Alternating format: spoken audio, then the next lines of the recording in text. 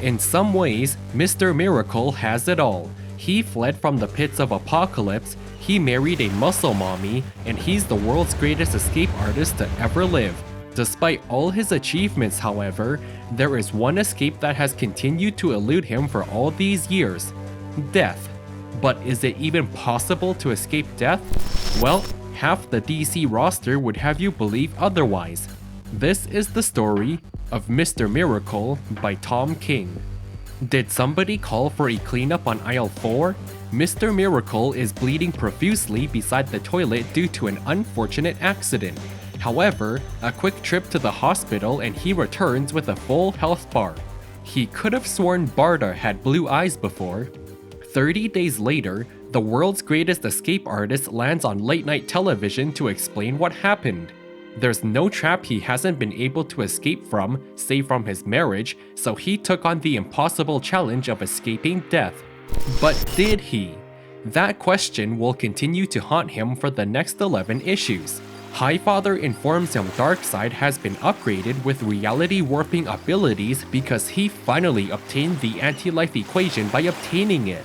Scott is later helping Oberon to test out Thanagarian devices until Barda reminds him his late partner passed away a month ago from smoking all those cancer sticks. At last, he gets word Highfather is deceased and their presence is requested back on New Genesis.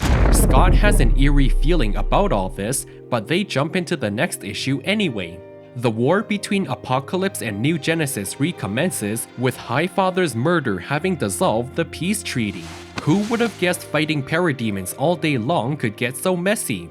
The newly appointed Highfather demands his 2 generals to relieve Granny Goodness from her duties permanently.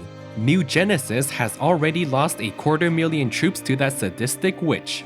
The next morning, Granny Goodness welcomes her favorite children with a peace offering. Maybe they'll forgive her for all those years of torture. Apparently, she's always been loyal to the original Highfather despite having aligned herself with the final boss. Orion warned her about these 2 coming for her head and to defend herself should it come to that. Orion wanted her to do his dirty work. She reiterates the prophecy that only Darkseid's own son can kill him.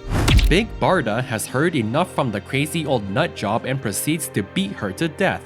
The Highfather books himself a vacation to Apokolips to award bonus points for showing their work. He takes her head as a souvenir. Scott Free is having trouble sleeping after what he just witnessed, and he's joined by Forager who delivers an update on the war. Orion wants to collapse onto Darkseid now that Granny Goodness is out of the picture. Over 6 million bugs have already been sacrificed and slaughtered as a result. Furthermore, their queen has become another wall decoration alongside Granny when she expressed her concerns to Orion. On behalf of all the bugs, they'd like to fight under General Free instead of that lunatic. Unfortunately, Forager is exterminated before he can even finish that sentence. If the rumors are true and Orion's truly lost his way, somebody needs to talk some sense into him like a CW show ASAP. The protagonist worries the anti-life equation may have already taken hold of them, and Orion responds with violence for even suggesting the Highfather could be compromised. Scott Free is now considered an agent of Darkseid and a trial will determine his fate. Mr. Miracle signs off on his final performance, then he heads down to Erewhon for a $50 veggie tray, then the jury squeezes onto the sofa and the trial begins. Orion has with him a long list of accusations to which Mr. Miracle must answer with true or false based on what he believes. I'm not sure how a multiple choice test will determine if one's been stripped of all free will, but I suppose that's why he's the Highfather and I'm not. Unless you're working in the field of law with a hard-on for court proceedings, I'll spare you the trouble and skip to the end. Ultimately, when asked whether he is the anti-life equation, he punches him in the face. For that stunt he just pulled, Orion decides he's guilty and the punishment is a death sentence. Mr. Miracle expires in less than 24 hours, or if you prefer another unit of measurement, just enough time to stream a few episodes of the CW's The Flash.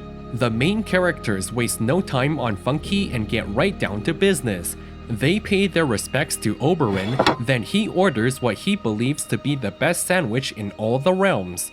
With a bit of luck and some words of encouragement, he scores big at the carnival. A beautiful sunset paints the evening sky until the darkness of the DCEU drowns it out. He did not account for light pollution, and there goes his plans for the night. On the flip side, they gained a few more minutes for some late night exercise. As he's getting ready to leave, Funky has already worked out a whole PR campaign to monetize his demise. Good to know, I guess. However, Barda changes her mind at the 11th hour and asks her husband to stay. The only thing standing between them and the Apokolips Court of Appeal is an army of New Genesis guards as useful as anything purchased from Temu. Barda seizes the opportunity to discuss a possible renovation of their condo, including but not limited to cutting down on the living room, knocking out the closet, downsizing the kitchen, and making room for a new bed and bath. On the other hand, Scott just won't stop complaining that he'll have no space for his stuff. And why would they ever need a second bedroom when he ends up sleeping on the couch after losing every argument anyway? His empty-headed peanut brain just isn't getting it, so she spells it out plain and simple. She's pregnant. Scott prepares to make his case only to find Orion dead on the floor. He also catches a glimpse of the final boss before he booms out. I don't think Barda's ever seen the inside of a car before, and the valet is a proud member of the anti-work subreddit. Anyway, they arrive at the hospital where she spends the remainder of this issue staining the bed with her sweat. They're even joined by their morbid enemies and her old friends, the female Furies. They're here to support Barda, although they do have to resist a very strong urge not to murder the new Highfather on the spot.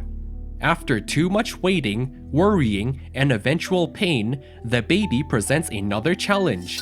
Fortunately, the Furies did not come empty-handed. The Farron knife is forged from Darkseid's own flesh and is also the only thing capable of drawing the blood of gods. Jacob Free cries his way into this world, marking the first child born from the unification of Apokolips and New Genesis. As the new CEO, the first policy he's amending is requiring the Highfather to fight alongside his people in the field. The war has seen so many casualties that even the trenches are being repurposed into a landfill. Whenever he's not on Apokolips, he's in the condo cleaning vomit from the walls with Funky Flashman. They worked out an arrangement where if he's the one babysitting Jacob, she's out there leading the war effort. And of course, it is illegal to have a DC book without mentioning Batman. He's banned from their household in any way, shape, or form, all because he thinks Batman kills babies. As illustrated, Funky has taken an active role in raising Jacob. One tragic evening, Barda's appointment with Kanto slips her mind, leaving Scott to fill her shoes. Needless to say, the scrawny little new god makes it look like a single-player game, and it is not in his favor. After an unspecified amount of time, which according to my quick research is 6 months, Jacob ushers his first words. Everybody gathers to settle this war before the US military arrives to impose their ideas of freedom. Mr. Miracle had too much coffee this morning, and on the way to the men's room, Kanto mentions Leonardo da Vinci and himself used to be an item. Weird flex, but okay. The following day is spent arguing over miscalculations because somebody's empty-headed peanut brain mixed up the Apokolips and New Genesis calendars. On day 5, Kalabak tries to be passive-aggressive. He's essentially calling them ugly because, well, just look at the mirror. Kanto later admits he fabricated that story about Da Vinci. When you're taking a leak beside the Son of God, you've got to say something. After wasting everybody's time for an entire week, Darkseid tosses everything out the window in favor of a new proposal. He's now willing to withdraw his forces and surrender the anti-life equation on one condition. He wants custody of Jacob Free. Scott is ironically trapped in a dilemma. He needs to stop this war sooner rather than later. On the other hand, he can't just hand over his child like a Raid Shadow Legends sponsorship. Big Barda appears to be unfazed by all this with Jacob's birthday just around the corner. He's become somewhat of a Batman enjoyer, so she's thinking about a Batman-themed party complete with Funky, the Furies, and the Super Friends.